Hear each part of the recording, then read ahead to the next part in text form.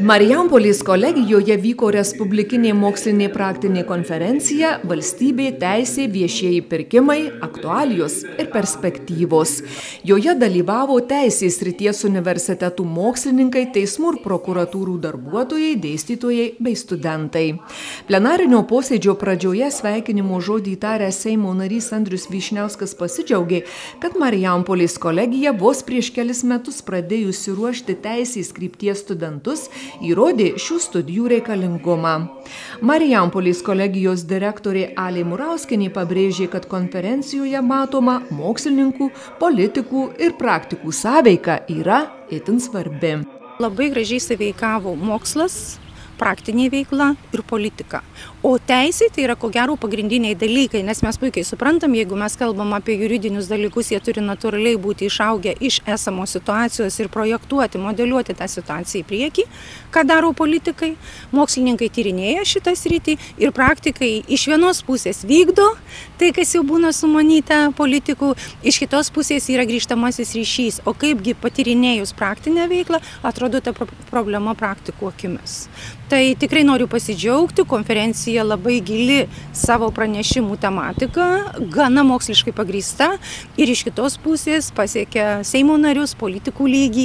Tai irgi labai smagu, kad būtent teisės klausimais diskutuojama Marijampolėj, pasiekiant aukščiausią parlamentinį lygį Lietuvoje. Konferencijos pranešimuose nagrinėtos temos nuo Lietuvos ir Šventojo Sosto santykių iki viešųjų pirkimų specialistų rengimo ypatumų bei atnaujinto rinkimų įstatymo. Pirmą kartą mūsų konferencijoje buvo nagrinėjama viešųjų pirkimų problematika. Galbūt priežastis yra ta, kad mes prieš 3 metus pakeitėme savo teisės studijų programos pavadinimą ir dabar vykdome teisės ir viešųjų pirkimų studijų programą.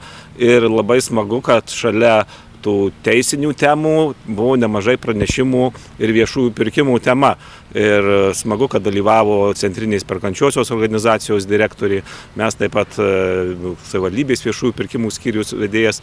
Ir tos temos yra aktualios ne tik mūsų programai, bet jos aktualios ir apskritai mūsų visuomeniai, valstybei. Nes, kaip žinome, problemų viešųjų pirkimų sektoriuje yra tikrai labai nemažai.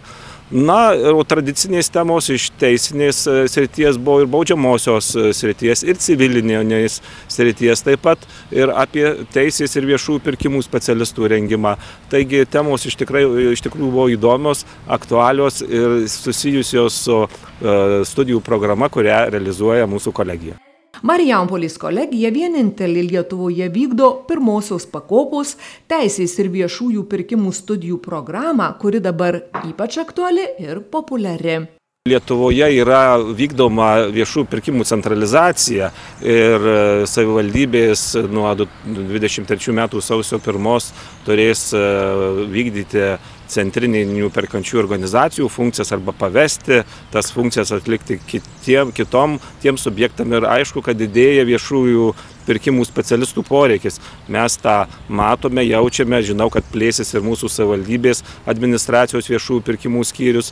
Taigi, iš tikrųjų, ta specializacija labai buvo savalaikė ir mes jau ir galbūt ir numatę tuos dalykus, tą programą dėl to ir keitėme. Taigi, tikimės, kad ir toliau ši sritis bus populiari ir darbo vietų bus ir ateityje. Po pranešimų konferencijos dalyviai dirbo sekcijose šiandieninės teisinės tendencijos ir aktualijos bei viešųjų pirkimų ir viešųjų paslaugų problematika. Jose pranešėjai turėjo galimybę pristatyti pasirinktą aktualią pranešimų temą, dalintis mintimis bei sukaupta patirtimi su bendraminčiais.